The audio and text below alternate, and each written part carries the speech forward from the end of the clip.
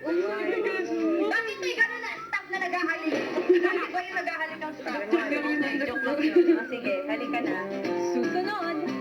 Sino pwede magsubo ng pagkain ko? Our house.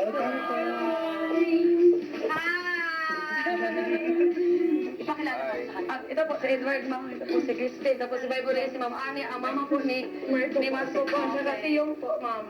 Okay, ako si Alex. Ano po si Joseph Marco? Joseph Marco. Okay. Simulan na ang pagpatay. May, Parang nakaitim kasi parang may kulto kayo eh. Wala ka nakaitim na matakot ako. Agad na kinuha ng housemates ang order ng kanilang mga hotel guest. Ano po bang gusto niyong dinner? what do you guys have ba? We have chicken, fish, hot dogs, pasta. Fried fish siya lang, tsaka fried chicken. Ako okay yung dalawa, pero ako hotdog. Gusto ko hotdog talaga with ketchup. Yung naging diskarte po namin ni Marco is lahat po i-assign namin na samahan lang po yung guest and magpe-prepare na po ng food yung cooks. Si Lagay mo dyan. Marco yung kamatis, pakiano sa ref.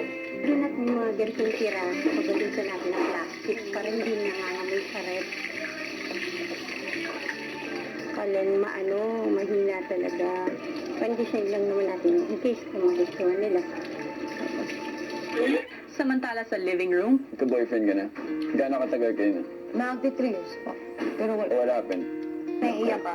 Ano nangyari? Kung magtutumas pa kami muna wala. Break. Okay po talaga kami sa family niya. Nang biglang kung hindi ko alam.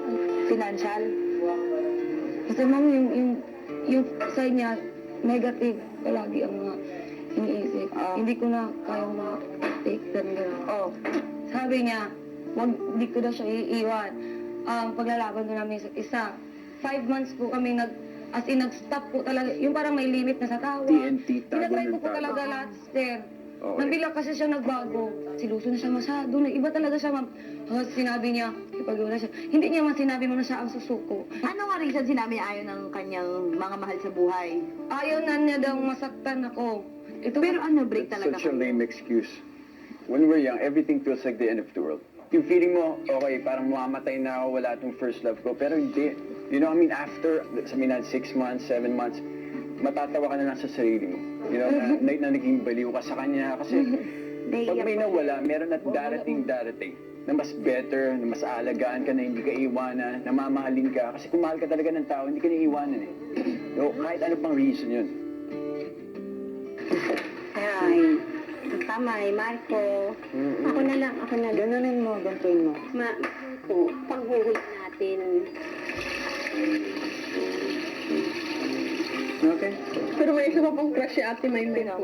Hindi po, sir. Nakita lang kita sa MMK, sir. Tapos, Si Joseph, mas crush mo si Joseph. hindi po, kasi amo yung, tapos mabait, pero hindi talaga yung mukhang mabait. Anyway. Gusto atang mag-slow down si Joseph. Joseph, mag-slow down pa kayo.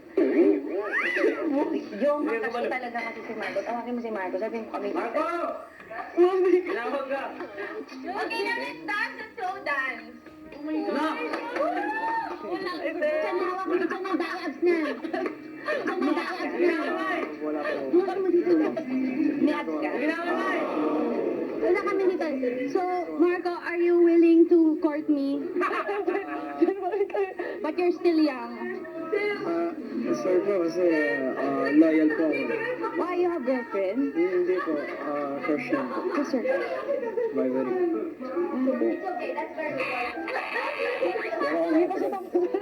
ilang sandali pa, may hiniling si Alex. Order, nose to nose na kayo. Dapat ganito. Parang ganyan, no? Dapat ganyan kalapit. Wala! Kumain na lang mo! Hindi, kaya mo yun. Okay, ganito na lang. Since napalid mo ako sa MMK, kunyari gagawa tayo ng trip. Okay, sige. Tapos yun ang ending nyo. Gusto ko yung mag-nose kayo. Okay, ito yung eksena.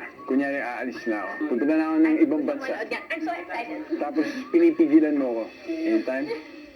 So yeah, this is it. Huwag mo naman akong iwan. Ganun na lang ba yun? Papalit mo na lang ako sa pangarap mo. Ako, hindi mo ba ako Okay, fine. Hindi na ako aalis. Hindi na ako aalis, okay? I'm gonna stay here. For good with you.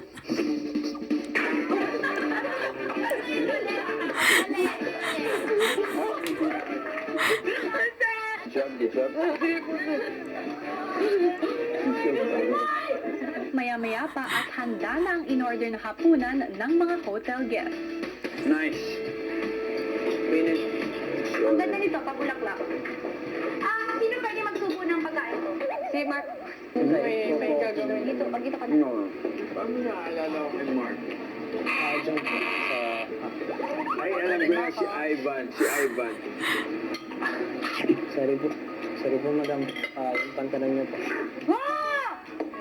Sorry po, madam. Mahilig po kayo sa ulam. huwag masyado madaming kanin. Masarap po. Ang hotel manager na si Kisses may naisip pang gimmick habang kumakain ang kanilang mga guests.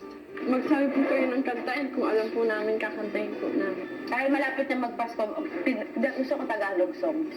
Salamat sa liwanag mo, muling nagkakakulay ang Pasko.